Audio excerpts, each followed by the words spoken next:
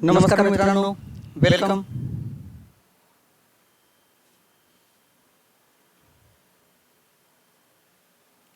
आजच्या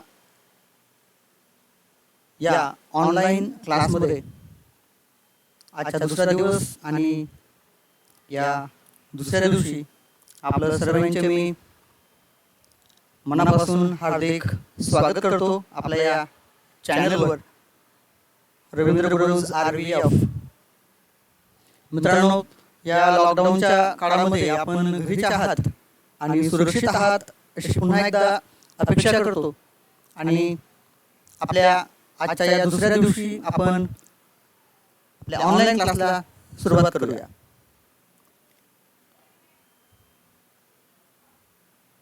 या काळामध्ये अगदी प्राथमिक वर्गापासून तर 10वी 12वी आणि स्पर्धा परीक्षापर्यंत उपयुक्त असे टॉपिक्स इंग्रजी व्याकरणामध्ये जे असतात ते टॉपिक्स आपण या ठिकाणी बघण्याचा प्रयत्न करीत आहोत, त्यावर चर्चा करण्याचा प्रयत्न करीत आहोत. तर मित्रांनो, अनेक असे टॉपिक्स आहेत की ज्यामुळे इंग्रजी भाषा ही त्याच्यावर डिपेंड असते. त्यापैकी अतिशय महत्त्वाचा टॉपिक आहे तो म्हणजे सब्जेक्ट वर्ब ॲग्रीमेंट. आणि हा टॉपिक आपण अगदी बेसिक पासून इंटरमिजिएट आणि ॲडव्हान्स लेवलपर्यंत आपण बघणार आहोत. वास्तविक बघता हा टॉपिक जेवढा सोपा आणि छोटासा वाटतो तेवढा हा टॉपिक छोटासा आणि सोपा नाहीये. अतिशय सुरुवातीपासून तर ॲडव्हान्स लेवलपर्यंत जर आपण याचा विचार केला तर याच्यात खूप अशा गोष्टी आहेत की ज्या आपण नेहमी लक्षात ठेवण्यासारख्या आहेत. आणि सब्जेक्ट वर्ब ॲग्रीमेंटमध्ये अनेक वेळा आपल्याला कन्फ्युजन सुद्धा होतं की कोणत्या सब्जेक्टला कोणता वर्ब वापरावा.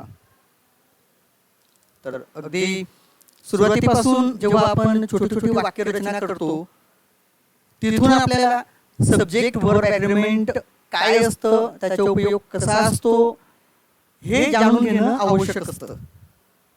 तर त्या अनुषंगाने आपण अगदी आर्टिकल पासून आणि सब्जेक्ट वर्ब ॲग्रीमेंट पासून आपल्या या क्लासला सुरुवात केलेली आहे. काल आपण बघितलं आर्टिकल्स आणि आर्टिकल्सचे प्रकार काय होते ते आपण बघितलं.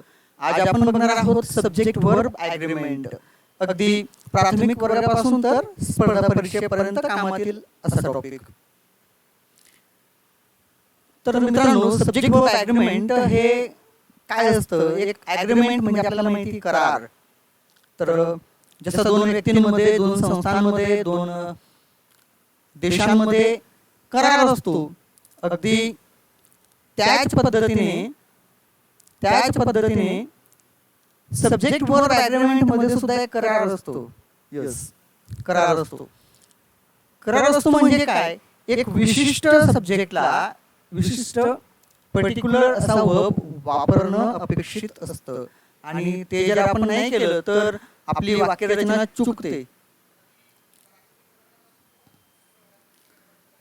तर अगदी एका वाक्यात सब्जेक्ट वर्ब ॲग्रीमेंट काय असतं एका वाक्यात जर आपल्याला सांगायचं असेल तर हे वाक्य बघा, तुम्ही लक्षात असू द्या आणि शक्य असेल तर आपण लिहून घेऊ शकतात.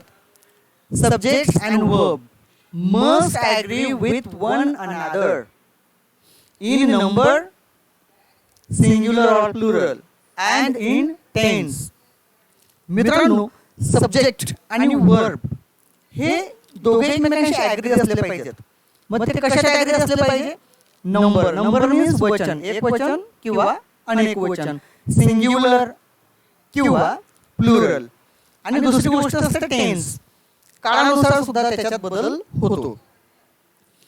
ही एक गोष्ट जर आपण लक्षात ठेवली तर सब्जेक्ट वर्ब ॲग्रीमेंट काय असतं हे आपल्याला लक्षात येईल.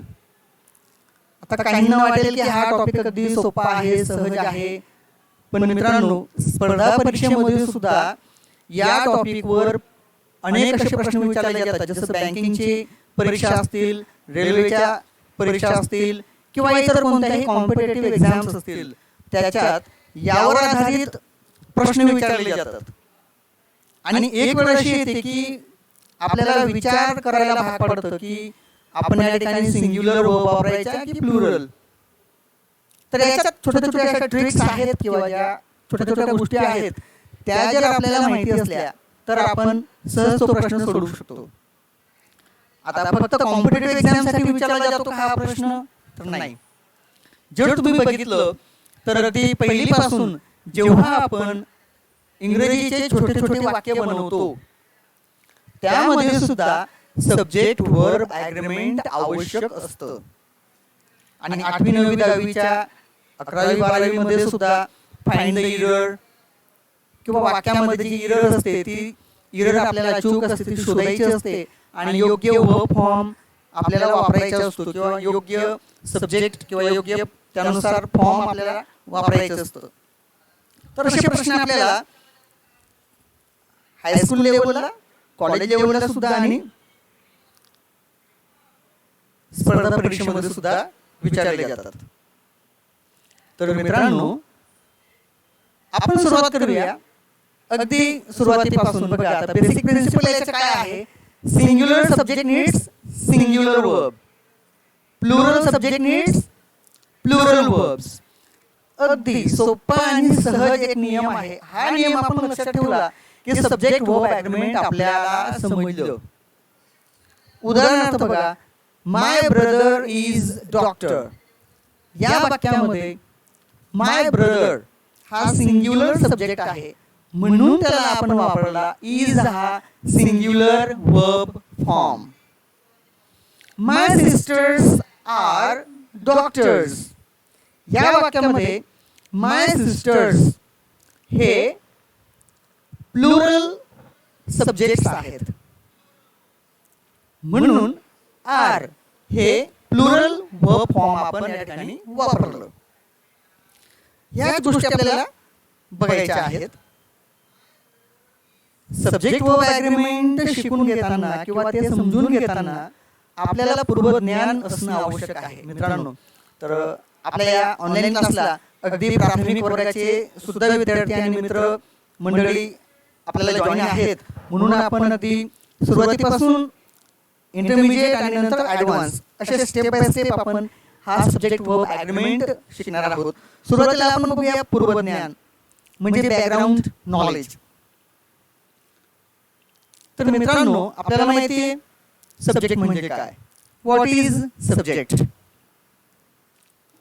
And what is verb. या दोन गोष्टी आपल्याला आधी समजून घ्याव्या लागतील.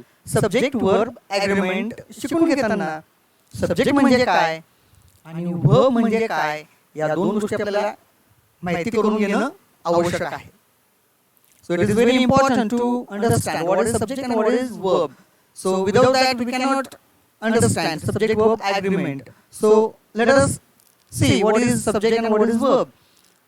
So you know generally subject means the subject which we learn or which we studied. But in our English grammar subject has another meaning. Subject means one who does an action. Subject काय असतो मित्रांनो. Subject हा कर्ता असतो. कर्ता कर्ता म्हणजे काय, क्रिया करणारा. जो क्रिया करतो तो असतो सब्जेक्ट. जो क्रिया करतो तो असतो सब्जेक्ट. उदाहरणार्थ जर मी असं म्हणेल धोनी प्लेज क्रिकेट. या वाक्यामध्ये धोनी हा क्रिकेट खेळण्याची क्रिया करतो म्हणून धोनी हा झाला सब्जेक्ट. राम किल्ड रावण. या वाक्यामध्ये रावणाला मारण्याची क्रिया राम करतो किंवा रामाने केली म्हणून राम इज सब्जेक्ट. तर मित्रांनो तुमच्या लक्षात आलं असेल की क्रिया करणारा म्हणजे जो ऍक्शन करतो, कृती करतो, क्रिया करतो, हालचाल करतो तो शब्द तो म्हणजे सब्जेक्ट. आता आपल्याला एक गोष्ट या ठिकाणी बघावी लागेल की सब्जेक्ट हा सिंग्युलर पण असतो आणि प्लुरल पण असतो. सब्जेक्ट हा सिंग्युलर पण असू शकतो किंवा प्लुरल पण असू शकतो. याचा अर्थ कर्ता हा एक वचनही असू शकतो किंवा अनेक वचन सुद्धा असू शकतो. आता या ठिकाणी बघा, subject is noun or pronoun. अगदी आपल्या सोप्या भाषेत आपल्याला सांगायचं असेल तर सब्जेक्ट हा नाउन असतो आणि प्रोनाउन सुद्धा असतो. म्हणजे नाउन आणि प्रोनाउन यांचा उपयोग आपण सब्जेक्ट म्हणून करू शकतो. त्या ठिकाणी आपल्याला दिसेल नाउन. नाउन कोणते? राम, अब्दुल, जॉन, सीता, गीता, रीता. कोणत्याही एखाद्या वस्तू, व्यक्ती, पदार्थ यांना ठेवलेलं नाव म्हणजे नाउन. आणि जे नाउन असतं ते नाउन हा सब्जेक्ट म्हणून काम करतो. आता प्रोनाउन म्हणजे काय ते आपण बघूया.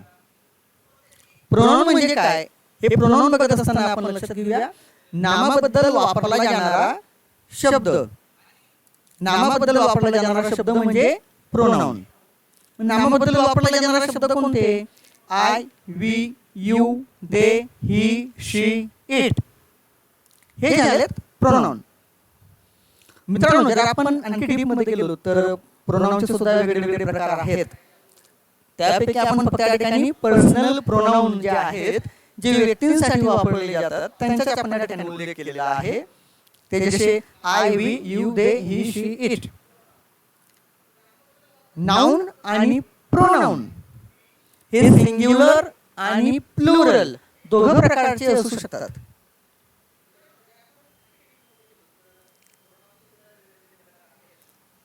आता एक ट्रिक तुम्हाला या ठिकाणी मला सांगावीशी वाटेल. अतिशय महत्त्वाचा असा तो एक मुद्दा. शक्य असेल तर तुम्ही लिहून घेऊ शकता मित्रांनो.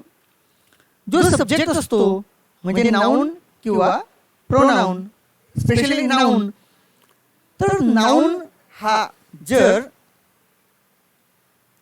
अनेक वचन असेल, नाउन हा जर अनेक वचन असेल, म्हणजे सब्जेक्ट जर अनेक वचन असेल तर त्याला यस, ईएस किंवा आय, ईएस असे प्रत्यय लावलेले असतात. बघा मित्रांनो, पुन्हा लक्षात घ्या. Singular noun, singular countable noun हे जर असेल तर त्याला एस, ईएस, आयएस लावत नाहीत. परंतु जर सिंग्युलर च्या ऐवजी जर प्लुरल नाउन असेल, म्हणजे अनेक वचन जे नाउन असतं, त्यांना यस, ईएस किंवा आय, ईएस हे प्रत्यय लावलेले असतात. आपण या ठिकाणी बघू शकतो. बघा स्क्रीनवर आपल्याला दिसतंय प्लुरल सब्जेक्ट और plural noun added S, ES और आय, ईएस. आता मित्रांनो, सिंग्युलर नाउन असेल त्याला काही लावलेलं नसतं, परंतु प्लुरल नाउन असेल, plural common noun, countable noun असेल, त्याला यस, ईएस, आयएस लावलेला असतो. आता प्रोनाउनचा आपण विचार करूया. प्रोनाउन हे समजून घेऊया. सब्जेक्ट वर्ब ॲग्रीमेंट समजून घेताना आपण पूर्वज्ञान, बॅकग्राऊंड नॉलेज जे आहे ते आपण आधी समजून घेतोय आणि मग पुढच्या स्टेपला आपण सब्जेक्ट वर्ब ॲग्रीमेंट बघणार आहोत. मित्रांनो, प्रोनाउन म्हणजे जे पर्सनल प्रोनाउन आहेत ते आपण 3 कॅटेगरीमध्ये डिवाइड त्यांना करतो. First person pronoun, second person pronoun आणि थर्ड पर्सन प्रोनाउन. बघा तुम्हाला माऊस किंवा जो कर्सर आहे तो कर्सर तुम्हाला दिसत असेल. पर्सन या कॉलम मध्ये जर आपण बघितले तर आपल्याला 3 रो आपल्याला दिसतील. तर पहिला आहे फर्स्ट पर्सन प्रोनाउन, दुसरा आहे सेकंड पर्सन प्रोनाउन आणि तिसरा आहे थर्ड पर्सन प्रोनाउन. आता तुमच्या मनात प्रश्न आला असेल की first person, second person, third person ओळखायचा कसा? अगदी साधी आणि सोपी अशी एक पद्धत तुम्हाला सांगतो मित्रांनो. जो बोलणारा असतो तो असतो फर्स्ट पर्सन म्हणजे आय किंवा वी. जो बोलणारा असतो तो असतो फर्स्ट पर्सन. ज्याच्याशी आपण बोलतो म्हणजे जो ऐकणारा असतो तो असतो सेकंड पर्सन. आणि ज्याच्याबद्दल आपण बोलतो की जो या ठिकाणी प्रेझेंट नाहीये, ज्याच्याबद्दल आपण बोलतो तो असतो थर्ड पर्सन. फर्स्ट पर्सन बोलणारा, सेकंड पर्सन ऐकणारा आणि थर्ड पर्सन ज्याच्याबद्दल आपण बोलतो ती व्यक्ती. आता फर्स्ट पर्सन, सेकंड पर्सन आणि थर्ड पर्सन हे आपण 3 प्रकार बघितले. याच्यात सुद्धा सिंग्युलर म्हणजे एक वचन आणि प्लुरल म्हणजे अनेक वचन असे 2 आपण भाग पाडतो. आता फर्स्ट पर्सन बोलणारा, याच्यात फर्स्ट पर्सन सिंग्युलर प्रोनाउन जर आपण विचार केला तर आय म्हणजे मी, एक. फर्स्ट पर्सन प्लुरल प्रोनाउन याचा जर आपण विचार केला तर तो आहे वी म्हणजे आम्ही. आता सेकंड पर्सन सिंग्युलर आणि सेकंड पर्सन प्लुरल हा म्हणजे काय, यू म्हणजे तू आणि यू म्हणजे तुम्ही. एक वचनासाठी सुद्धा आपण यू हाच प्रोनाउन वापरतो आणि अनेक वचनासाठी सुद्धा यू हाच आपण प्रोनाउन वापरतो. तर सेकंड पर्सन प्रोनाउन कोणता, यू. फर्स्ट पर्सन प्रोनाउन कोणता, आय आणि वी.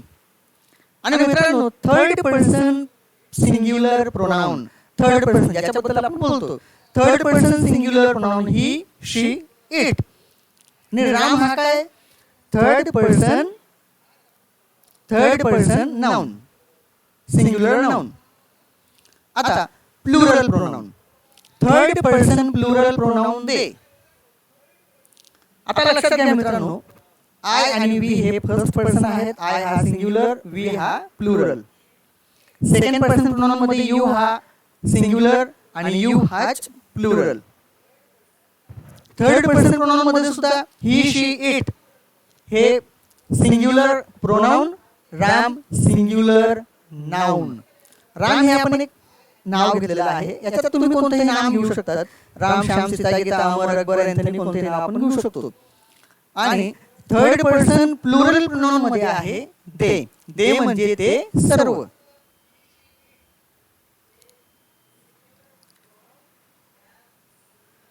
तर I hope you understood what is subject. And you know subjects may be singular or it may be plural. So after that let us see what is verb. Verb काय असतं. पहिली step तुमच्या लक्षात आली असेल आणि दुसरी स्टेप जर तुमच्या लक्षात आली तर सब्जेक्ट वर्ब ॲग्रीमेंट आपल्याला सहज आणि अगदी सोप्या पद्धतीने आपल्याला समजेल मित्रांनो. वर्ब मध्ये सुद्धा आपण बघतो की वर्ब हे काय असतं, a word shows action, movement or state. वाक्यातील असा शब्द की जो शब्द आपल्याला ऍक्शन दाखवतो, मूवमेंट दाखवतो किंवा स्टेट दाखवतो. एखादी कृती दाखवतो, हालचाल दाखवतो किंवा स्थिती दाखवतो, असा शब्द म्हणजे असतो वर्ब. मित्रांनो एक गोष्ट या ठिकाणी सांगावीशी वाटेल की वाक्यामध्ये इतर कोणतेही शब्द नसतील तरी चालेल, पण वाक्यात जर वर्ब नसेल तर वाक्य पूर्ण होऊ शकत नाही. उदाहरणार्थ वाक्यामध्ये noun, pronoun, adjective, adverb, conjunction, preposition, interjection काहीच नसेल तरी चालेल, पण वाक्यात जर वर्ब नसेल तर ते वाक्यच होऊ शकत नाही.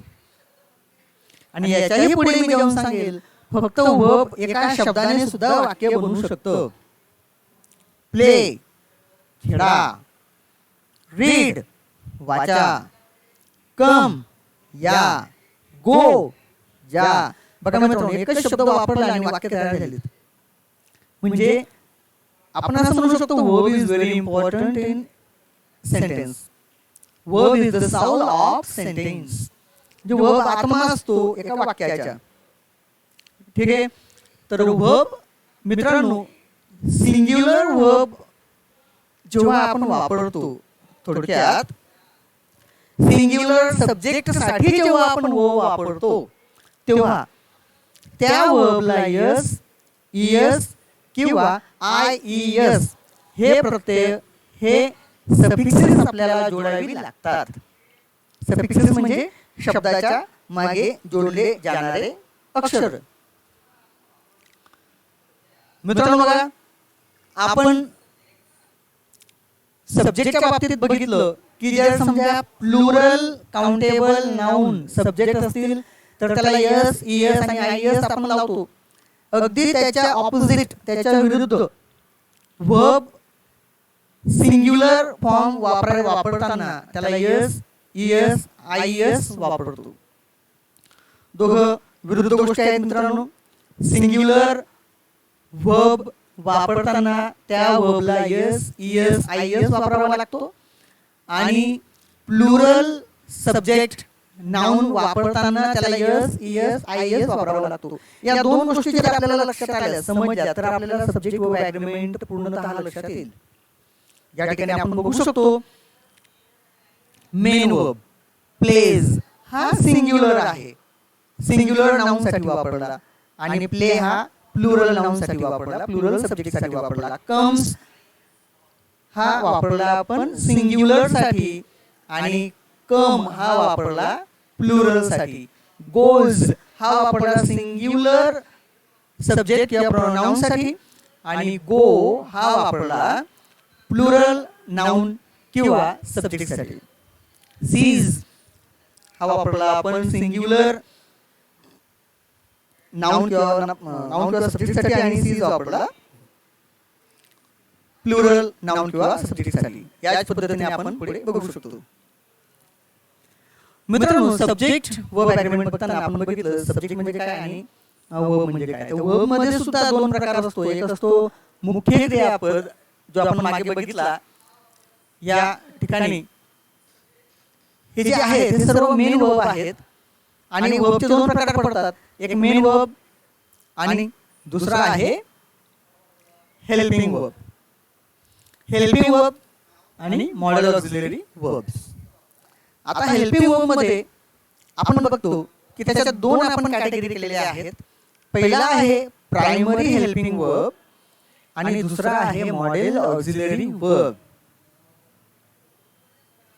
प्रायमरी मध्ये बघा आपण ते डिवाइड केलेले आहे तीन कॅटेगरी मध्ये, टू बी, टू डू आणि टू हॅव. सगळ्यात आधी आपण प्रायमरी हेल्पिंग वर्ब्स काय असतात ते बघूया. To be. टू बी म्हणजे am, is, are, was, were. बघा टू बी. टू बी चे फॉर्म कोणते? Am, is, are, was, wear.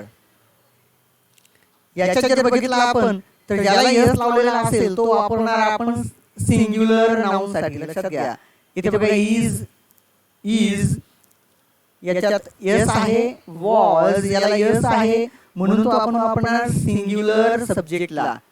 मित्रांनो, हे आपण आपल्या भारतीय भाषेत म्हणतो जुगाड. तर जुगाड भाषेत आपण ही एक टेक्निक आपण लक्षात घेतली पाहिजे. इजला यस असल्यामुळे आणि वॉजला यस असल्यामुळे तो सिंग्युलर सब्जेक्टला आपण वापरू शकतो. एम हा अपवाद आहे, तो फक्त आय सोबत वापरतात. आर आणि वेअर हे अनेक वचनांसाठी वापरणार. डू, टू डू ची सुद्धा तीन रूप आहेत, डू, डज आणि डीड. याच्या सुद्धा आपण जुगाड टेक्निक लक्षात घ्या. डज याला इयस लावलेला आहे म्हणून तो आपण वापरणार सिंग्युलर नाउन किंवा सिंग्युलर प्रोनाउन साठी. आय हा अपवाद असेल. सिंग्युलर नाउन आणि सिंग्युलर प्रोनाउन साठी डज वापरणार आणि अनेक वचनांसाठी वापरणार डू. डीड हा कॉमन प्रत्येकाला आपण वापरू शकतो सिंग्युलर आणि प्लुरलला. टू हॅव, टू हॅवची रूप आहेत हॅव, हॅज, हॅड. याच्यासुद्धा तीच टेक्निक आपण वापरूया. या ठिकाणी यस आहे बघा, हॅज या हेल्पिंग वर्बला यस आहे म्हणून याला आपण वापरणार. कोणासाठी वापरणार? सिंग्युलर सब्जेक्ट किंवा सिंग्युलर नाउन ऑर प्रोनाउनसाठी. हॅव हा प्लुरल नाउन किंवा प्रोनाउनसाठी वापरणार. हॅड हा प्रत्येकाला वापरू शकतो. आता primary to be, am, is, are, was, were. To do, do, does, did. To have, have, has, had. यानंतर दुसरी कॅटेगरी असते मॉडेल ऑक्झिलरीज. अतिशय महत्त्वाचे आहेत मॉडेल ऑक्झिलरीज आणि तेवढेच वापरायला सोपे. मॉडेल ऑक्झिलरीज आपण कोणत्याही कर्त्याला कोणताही मॉडेल ऑक्झिलरी वापरू शकतो एवढं आपल्याला या ठिकाणी लक्षात घेता येईल. ते कसं? एक वचन असो की अनेक वचन.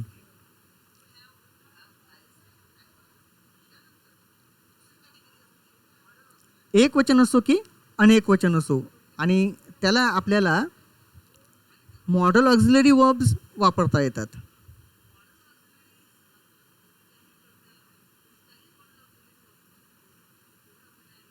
उदाहरणार्थ आपण बघितलं तर शाल, विल, शुड, वुड, कॅन, कुड, मे, माईट, मस्ट, ऑट टू, नीड टू आणि डेअर टू हे सगळे आपल्याला कोणत्याही कोणत्याही सब्जेक्टला म्हणजे नाऊन किंवा प्रोनाऊन असेल त्याला वापरता येतील.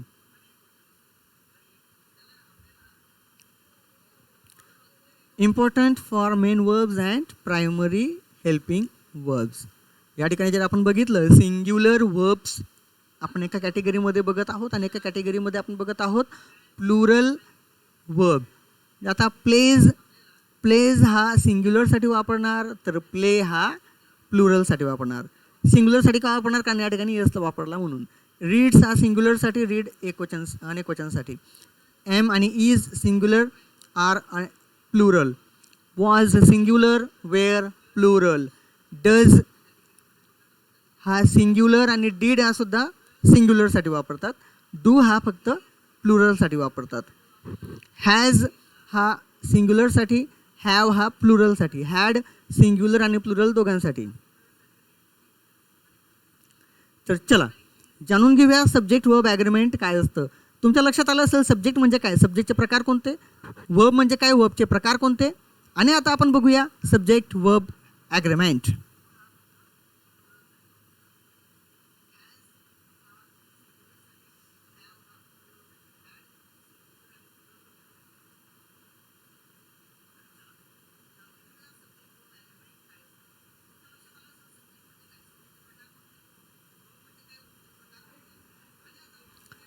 सब्जेक्ट वर्ब ॲग्रीमेंट काय असतं, आता आपण आपल्या विषयाला सुरुवात करूया.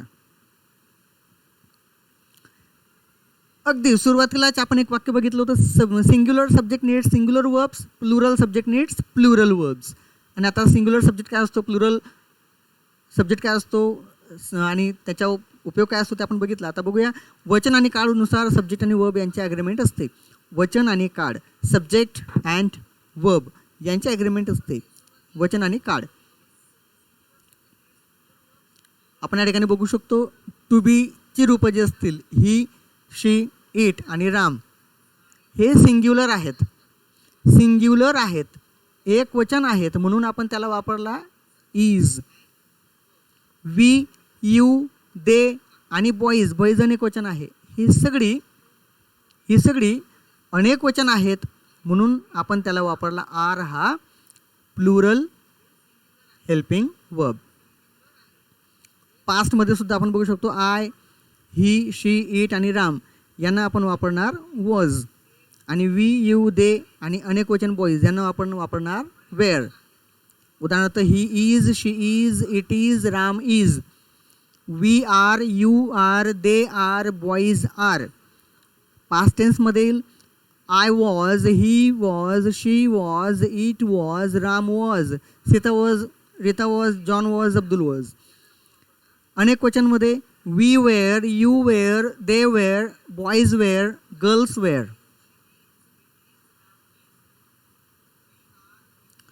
To have ची रूप वापरताना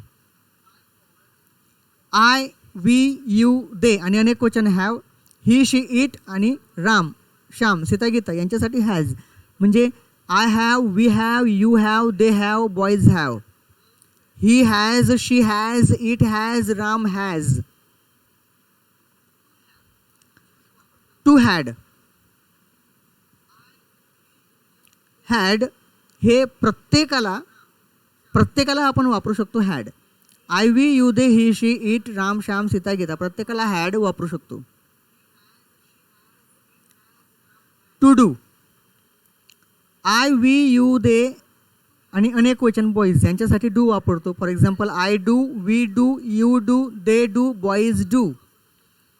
अनेक वचनसाठी आपण डू वापरतो आणि एक वचन असेल तर does. He, she, it, Ram does वापरतो. He does, she does, it does, Ram does. आपण बघितलं मित्रांनो, जर नाम आणि प्रोनाऊन यांना जर यस असेल अनेक वचन असेल तर त्याला आपण सिंग्युलर म्हणजे डू, हॅव अशी रूप वापरतो. आणि जर समजा एकवचन नाव नसेल तर त्याला यस किंवा यस असलेला वर्ब वापरतो. बघा या ठिकाणी राम, ही, शी, इट एकवचन आहेत म्हणून आपण त्यांना डज वापरला. टू डू याची पास्ट फॉर्म आहे डीड. डीड हा प्रत्येकाला सिंग्युलर असो, प्लुरल असो, first person, second person, third person कोणताही असो त्याच्यासाठी आपण डीड वापरू शकतो. फ्युचर टेन्स हे सुद्धा अतिशय महत्त्वाचा विषय आहे मित्रांनो. आय आणि वी असेल त्यांना आपण शॅल वापरतो आणि इतर सर्व कर्ते, इतर सर्व सब्जेक्ट यांच्यासाठी आपण वापरतो विल. पण आता आपण मॉडर्न इंग्लिशमध्ये बघतो की अनेक लोक प्रत्येक सब्जेक्टला, प्रत्येक कर्त्याला सहज विल वापरतात आणि ते चालतं. परंतु ग्रॅमॅटिकल जर आपण विचार केला मित्रांनो तर आय आणि वी असेल तर त्यांना आपण शॅल वापरायचा. उदाहरणार्थ आय शॅल, वी शॅल. आणि इतर कोणतेही कर्ते असतील तर त्यांच्यासाठी आपण वापरू शकतो will. You will, they will, he will, she will, it will किंवा राम विल, बॉईज विल कोणतेही कर्ते असतील तर विल वापरू शकतो. या ठिकाणी आपण एक चार्टमध्ये बघू शकतो.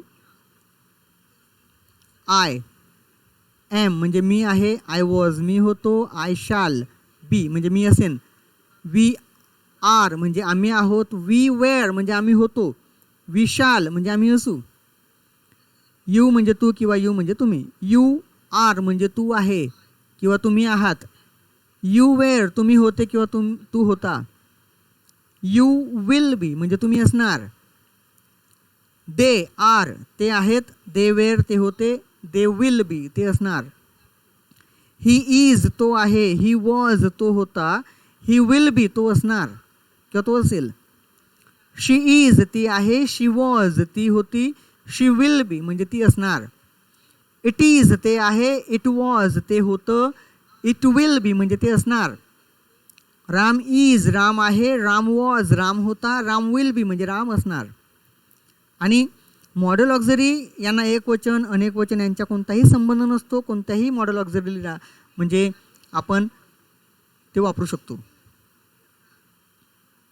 उदाहरणार्थ I, we, you, they, he, she, it, Ram, Shyam, Sita, Gita, boys, girls कोणताही असो यांना आपण हे सर्व मॉडेल ऑक्झिलरीज वापरू शकतो. आय शॅल किंवा I will, I should, I would, I can, I could, I may, I might, I must, I ought to, I dare to, I need to, I use to. तसंच we shall, we will, we should, we would, we can, we could, we may, we might, we must, we ought to, we dare to, we dare to. You shall, you will, you should, you would, you can, you could, you may, you might, you must, you ought to, you need to, you dare to, used to. या पद्धतीने आपण सर्व कर्त्यांसाठी हे कोणतेही model auxiliaries वापरू शकतो. मित्रांनो हे आपण सर्व बघितलं अगदी धावत्या गतीने बेसिक नॉलेज. आता आपण बघूया ॲडव्हान्स लेवल की जे आपल्याला कॉम्पिटेटिव्ह एक्झाममध्ये सुद्धा विचारले जाऊ शकतात.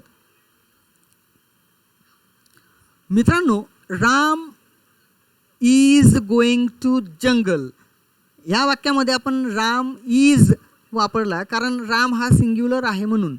पण जर समजा कंपाऊंड सब्जेक्ट असतील तर आता कंपाऊंड सब्जेक्ट म्हणजे काय? Two subjects in the same sentence. दोन सब्जेक्ट्स, दोन कर्ते एकाच वाक्यामध्ये जेव्हा वापरले जातात तेव्हा आपण त्याला म्हणतो कंपाऊंड सब्जेक्ट. मग आता या वाक्यात आपण बघा राम अँड सीता.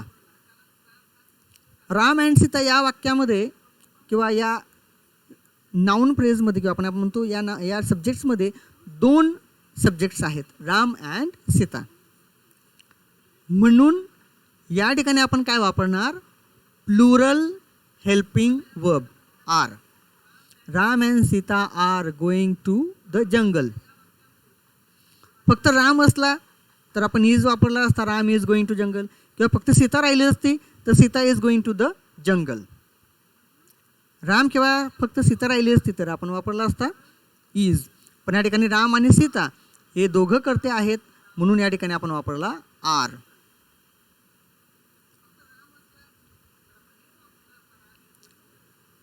पुढे एक्सेप्शन.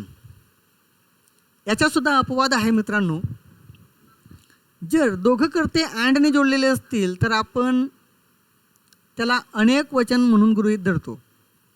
कारण या ठिकाणी आपण जर बघितलं राम अँड सीता या वाक्यामध्ये राम आणि सीता हे दोन कर्ते आहेत आणि ते अनेक वचन झालेत, म्हणून आपण या ठिकाणी अनेक वचनी वर्ब वापरला, वर्ब फॉर्म वापरला. आता या वाक्यामध्ये आपण काय बघतो की जेव्हा कंपाऊंड सब्जेक्ट हा ईच ने जोडलेला असतो, ईच असेल आणि अँडने जोडलेला असेल तर त्याच्यात तो सिंग्युलर म्हणून आपण गृहीत धरायचा असतो. उदाहरणार्थ each boy and girl is invited. या वाक्यामध्ये बॉय अँड गर्ल या दोन सब्जेक्टच्या आधी ईच हा शब्द ॲड आहे, म्हणून आपण याला सिंग्युलर वर्ब वापरणार. फक्त बॉय अँड गर्ल फक्त एवढंच राहिलं असतं तर आपण आर वापरू शकलो असतो, पण या ठिकाणी ईच आहे म्हणून आपण वापरला is. When singular noun together makes one verb is singular. म्हणजे दोन सब्जेक्ट मिळून किंवा दोन नाउन मिळून जेव्हा एकच गोष्ट तयार होते तेव्हा आपण त्याला हेल्पिंग वर्ब वापरताना किंवा वर्ब वापरताना सिंग्युलर वर्ब वापरतो. मग rice and curry is my favourite. Rice and curry is my favourite या वाक्यामध्ये राईस अँड करी दोघं एकत्रच आलेत आणि म्हणून या ठिकाणी राईस अँड करी हे जरी वेगळे वेगळे सब्जेक्ट असतील तरी आपण त्याला हेल्पिंग वर्ब वापरताना किंवा वर्ब वापरताना सिंग्युलर वापरला.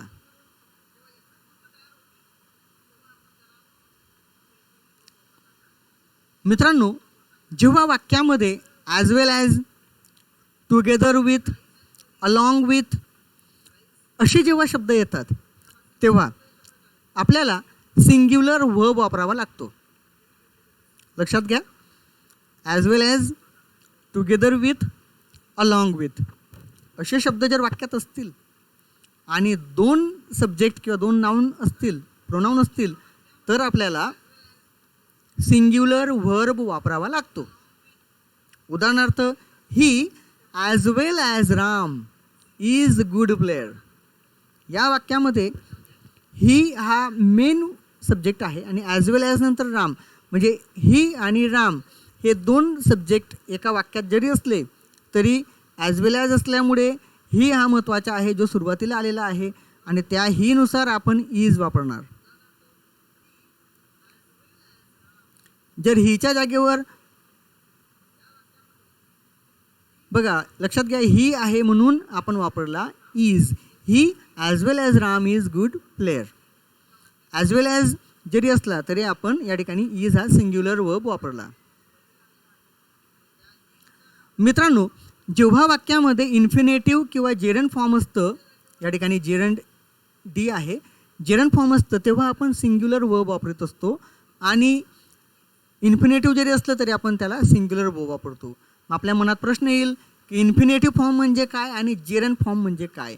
इन्फिनेटिव्ह फॉर्म म्हणजे काय, क्रियापदाच्या पहिल्या रूपाला जर समजा टू लावलेला असेल तर आपण त्याला म्हणतो इन्फिनेटिव्ह. फॉर एक्झाम्पल रीड हा वर्ब आहे, टू रीड हा इन्फिनेटिव्ह फॉर्म झाला, टू स्पीक हा इन्फिनेटिव्ह झाला, to come infinitive, to go infinitive. आणि जेरंड फॉर्म म्हणजे काय, जेव्हा त्याचा आपण नाउन म्हणून उपयोग करतो आणि आय एन जी लावलेला असतो तेव्हा आपण त्याला म्हणतो जेरंड फॉर्म. म्हणजे रीडिंग, रीड, टू रीड हा झाला इन्फिनेटिव्ह आणि रीडिंग हा झाला जेरंड. आय एन जी लावला म्हणजे तो जेरंड होतो. टू स्पीक म्हणजे इन्फिनेटिव्ह आणि स्पीकिंग म्हणजे जेरंड. आता या ठिकाणी एक वाक्य बघा, to watch T V is my hobby आणि watching T V is my hobby. या वाक्यामध्ये वॉचिंग हा जेरंड फॉर्म आहे म्हणून आपण या ठिकाणी इज हा हेल्पिंग वर्ब वापरला, सिंग्युलर हेल्पिंग वर्ब वापरला, सिंग्युलर वर्ब वापरला. मित्रांनो, आपण बघतो some nouns consist of two parts take plural verbs. काही नाउन असे असतात की ते एकत्रितरित्या असतात. For example shoes. शूज अनेक वचने आपल्याला या ठिकाणी दिसतात. म्हणजे माय शूज आर न्यू किंवा द सीजर्स आर ब्लंट. तर शूज हे काय झालेत, एक नाऊन आहे आणि ते कन्सिस्ट ऑफ 2 पार्ट्स आहेत, 2 पार्ट्स आहेत. शूजमध्ये 2 पार्ट येतात. पेअर असते, सीजर्स याच्यात सुद्धा 2 पेअर्स, एक पेअर असते म्हणजे जोडी असते. आणि अशा वेळी आपण त्यांना सिंग्युलर वर्ब न वापरता प्लुरल वर्ब वापरतो, आर.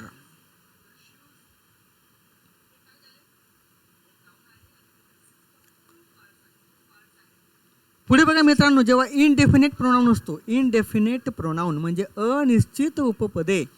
अनिश्चित उपपदे म्हणजे काय, नेमकं कोण हे आपल्याला सांगता येत नाही.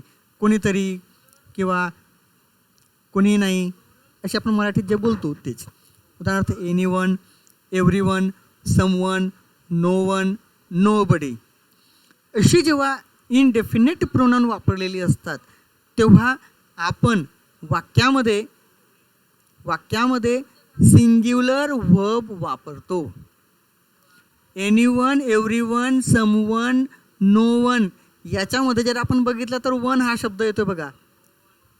एनी वन, एव्हरी वन, सम वन, नो वन याच्यात वन हा शब्द येतोय. आणि हे नेहमी सिंग्युलर असतात. हे सब्जेक्ट नेहमी काय असतात, सिंग्युलर. म्हणून आपल्याला कधीही वर्ब वापरताना सिंग्युलर वर्ब फॉर्म वापरावा लागेल. For example, everyone has done his or her homework. आता एव्हरीवन या ठिकाणी हा सब्जेक्ट आहे आणि एव्हरीवन हा सब्जेक्ट सिंग्युलर असल्यामुळे हॅज हे सिंग्युलर वर्ब फॉर्म वापरला. जर समजा एव्हरीवन हा प्लुरल राहिला असता तर आपण हॅव वापरला असता. Somebody has left the purse. या वाक्यामध्ये समबडी म्हणजे कोणीतरी हा सिंग्युलर आहे म्हणून आपण वापरला हॅज हा सिंग्युलर वर्ब फॉर्म.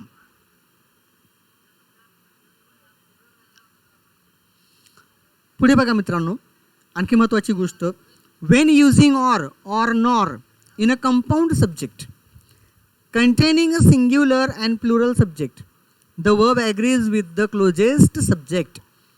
बघा मित्रांनो, जेव्हा वाक्यामध्ये ऑर असतो, नॉर असतो आणि वाक्यात कंपाऊंड सब्जेक्ट असतो. कंपाऊंड सब्जेक्ट म्हणजे काय, 2 नाऊन किंवा 2 प्रोनाऊन असतात आणि वाक्यामध्ये ऑर किंवा नॉर असतो, तेव्हा आपण वर्बच्या अगदी जवळचा जो काही सब्जेक्ट असेल त्यानुसार सिंग्युलर किंवा प्लुरल हेल्पिंग वर्ब किंवा वर्ब वापरतो. उदाहरणार्थ, my mom and dad is coming to the play. आता या वाक्यामध्ये कंपाऊंड सब्जेक्ट कोणते, माय मॉम आणि डॅड. हे दोघं जरी असलेत तरी ऑरने या दोघांना जोडलेलं आहे आणि वर्बच्या अगदी जवळच्या जर आपण सब्जेक्ट बघितला तर तो म्हणजे डॅड. म्हणजे या ठिकाणी आपण बघतो डॅड हा वर्बच्या जवळ आहे आणि डॅड हा सिंग्युलर आहे म्हणून आपण वापरला singular verb form. My mom and dad is coming. जर ऑरच्या जागेवर अँड राहिला असता तर आपण आर वापरला असता. My mom and dad are coming to the play. पण अँडच्या जागेवर ऑर आहे म्हणून अशा वेळी आपण काय करतो, वर्बच्या अगदी जवळचा जो काही सब्जेक्ट असतो, नाऊन असतो, त्याच्यानुसार आपण सिंग्युलर वर्ब फॉर्म वापरायचा की प्लुरल वर्ब फॉर्म वापरायचा ते आपण ठरवतो. डॅड हा सिंग्युलर आहे म्हणून सिंग्युलर वर्ब फॉर्म वापरला. Neither grey nor white is my favourite colour.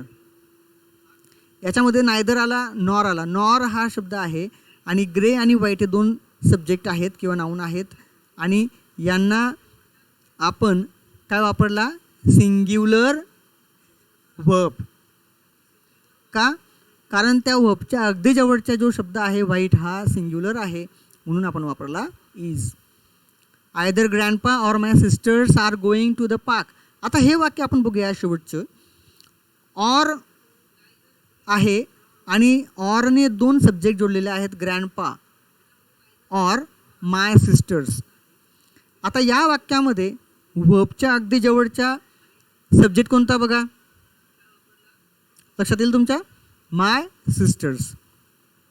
My sister's हे प्लुरल आहे, प्लुरल सब्जेक्ट आहे, अनेक वचन करता आहे माय सिस्टर्स, म्हणून त्यासाठी आपण आर हा अनेक वचनी म्हणजे प्लुरल वर्ब फॉर्म वापरला.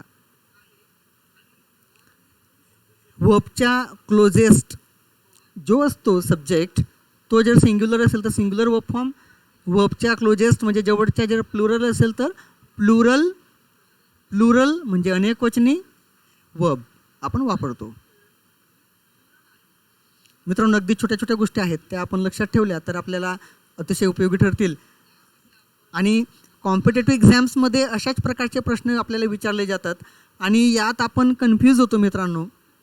आणि ह्या गोष्टी जर आपल्याला माहीत असतील तर आपण सहज ते प्रश्न सोडवू शकतो. अगदी बँकिंगच्या परीक्षा असतील, रेल्वे डिपार्टमेंटच्या परीक्षा असतील किंवा इतर कोणत्याही कॉम्पिटेटिव्ह एक्झाम्स असतील त्या परीक्षांमध्ये अशा प्रकारचे प्रश्न आपल्याला विचारले जातात. याच्यात आपल्याला सब्जेक्ट वर्ब ॲग्रीमेंट माहिती असणं आवश्यक असतं. पुढे बघा मित्रांनो, the pronouns either and neither or either are singular and require singular verbs even though they seem to be referring in sense or two things. जरी आपल्याला नायदर आणि आयदर हे सिंग्युलर असतील तेव्हा आपण त्यांना सिंग्युलरच वर्ब फॉर्म वापरतो. उदाहरणार्थ, either of the two traffic lights is working. या ठिकाणी आयदर नायदर असतील तर आपण सिंग्युलर वर्ब फॉर्म वापरतो. थोडक्यात मित्रांनो, आयदर आणि नायदर जर असेल तर आपण काय वापरतो, सिंग्युलर वर्ब फॉर्म. या ठिकाणी दोन वाक्य आपण बघू शकतो. Which shirt do you want for Christmas? Either is fine with me. या ठिकाणी आपण बघितलं नायदर आणि आयदर जर असेल तर आपण सिंग्युलर वर्ब फॉर्म वापरतो. पुढे बघा मित्रांनो, the words there and here are never subject. There are two reasons plural subject for this.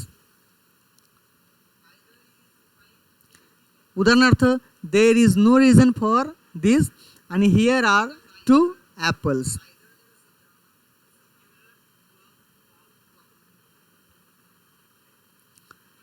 मित्रांनो, आपण बघितलं बघा या ठिकाणी की सब्जेक्ट वर्ब ॲग्रीमेंट आपण शिकत असताना मित्रांनो आपण काय लक्षात घेतलं की सिंग्युलर नाऊन असेल, सिंग्युलर सब्जेक्ट असेल तर त्याला सिंग्युलर वर्ब फॉर्म वापरतो. प्लुरल म्हणजे अनेकवचनी सब्जेक्ट असेल, अनेकवचनी प्लुरल नाऊन प्रोनाऊन असेल, सब्जेक्ट असेल तर आपण त्याला वापरतो प्लुरल वर्ब फॉर्म. हीच गोष्ट आपल्याला लक्षात ठेवायची आहे मित्रांनो आणि अगदी महत्त्वाची ती गोष्ट आहे. आणि याच्यात एक ट्रिक आपण लक्षात घेतली, सिंग्युलर नाऊन जर असेल तर त्याला आपण यस किंवा इयस किंवा आय एस लावलेला वर्ब फॉर्म वापरतो. आणि जर आपल्याला plural verb form plural noun असेल, सब्जेक्ट असेल तर त्याला यस इयस लावलेला असेल तर त्याला आपण फक्त बेस फॉर्म म्हणजे रीड, कम, गो ते वापरतो. तर मित्रांनो, तुमच्या सब्जेक्ट वर्ब ॲग्रीमेंट हे लक्षात आलं असेल. वास्तविक बघता हा खूप मोठा असा एक टॉपिक आहे. याच्यावर आणखी ॲडव्हान्स लेवलचे जे काही ट्रिक्स आहेत त्यासाठी मी पुन्हा एक व्हिडिओ बनवणार आहे आणि तो मी अपलोड करणार आहे. पण हे अगदी बेसिकपासून तर काही ॲडव्हान्स लेवलपर्यंत आपण या ठिकाणी काही ट्रिक्स आणि काही छोट्या छोट्या गोष्टी बघितल्यात, त्या नक्कीच आपल्याला समजल्या असतील असं मी आशा करतो. या संदर्भात जर आपल्याला मित्रांनो काही समस्या असतील, काही शंका असेल तर तुम्ही या स्क्रीनवर जो एक नंबर दिसत आहे बघा, या नंबरवर मला वैयक्तिकरित्या व्हॉट्सॲपवर एक मॅसेज तुम्ही पाठवू शकतात. फक्त आपण मॅसेज करू शकता मित्रांनो आणि त्याचे उत्तर मी तुम्हाला व्हॉट्सॲपच्याद्वारे देऊ शकतो. त्याआधी आपल्या सर्वांना एक विनंती करेल की हे जे आपण चॅनल बघत आहोत रवींद्र गुरव जारवीएफ, या चॅनलला बघताना खाली बघा लाल अक्षरांमध्ये सबस्क्राईब असं एक दिसत असेल, त्यावर तुम्ही क्लिक करा. म्हणजे येणाऱ्या काळात मी जे जे काही असे ग्रामरवर आधारित किंवा इंग्रजीवर आधारित काही व्हिडिओज अपलोड केलेत की त्याची नोटिफिकेशन आपल्याला सहज मिळेल. आणि त्याच्याच बाजूला बेलचा आयकॉन आहे, त्यावर सुद्धा तुम्ही प्रेस करा. आणि तुम्हाला हा व्हिडिओ आवडला असेल तर मित्रांनो लाईकच्या सिम्बॉलवर तुम्ही नक्की क्लिक करा आणि या व्हिडिओला लाईक करा. दररोज आपण आपल्यासाठी हा एक छोटासा प्रयत्न करीत आहोत, तर आपल्या मित्रांना आपल्या नातेवाईकांना सुद्धा याचा लाभ मिळावा या हेतूने आपण ही जी लिंक आहे, या चॅनलची लिंक म्हणा किंवा ह्या व्हिडिओजची लिंक म्हणा, आपण आपल्या मित्रांना आपण शेअर करा, त्यांनासुद्धा त्याचा फायदा होऊ शकेल. दररोज आपण मित्रांनो अगदी बेसिकपासून ते ॲडव्हान्स लेवलपर्यंत आपण घेत असतो, कारण आपल्या या ऑनलाईन क्लासमध्ये अगदी बालगोपाल मित्र असतील, अगदी प्राथमिक वर्गाचे विद्यार्थ्यांपासून हायस्कूलचे आणि त्याचबरोबर कॉलेजचे विद्यार्थीसुद्धा आपल्याला जॉईन असतात. म्हणून आपण अगदी सुरुवातीपासून बेसिक टू ॲडव्हान्स लेवलपर्यंत आपण कोणताही टॉपिक असतो तो आपण बघत असतो. तर आजचा हा टॉपिक तुम्हाला नक्कीच आवडला असेल अशी अपेक्षा करतो. पुन्हा एकदा आपणास विनंती करतो, घरातच राहा, सुरक्षित राहा आणि शासनाने आपल्याला ज्या ज्या सूचना दिलेल्या आहेत त्याचं आपण तंतोतंत पालन करा. कारण कोरोनासारखा जो विषाणू आहे त्याला हरवण्यासाठी आपल्याला घरातच बसावं लागेल मित्रांनो. आणि शासनाचे जे काही आपल्याला सूचना असतील त्याचा आपल्याला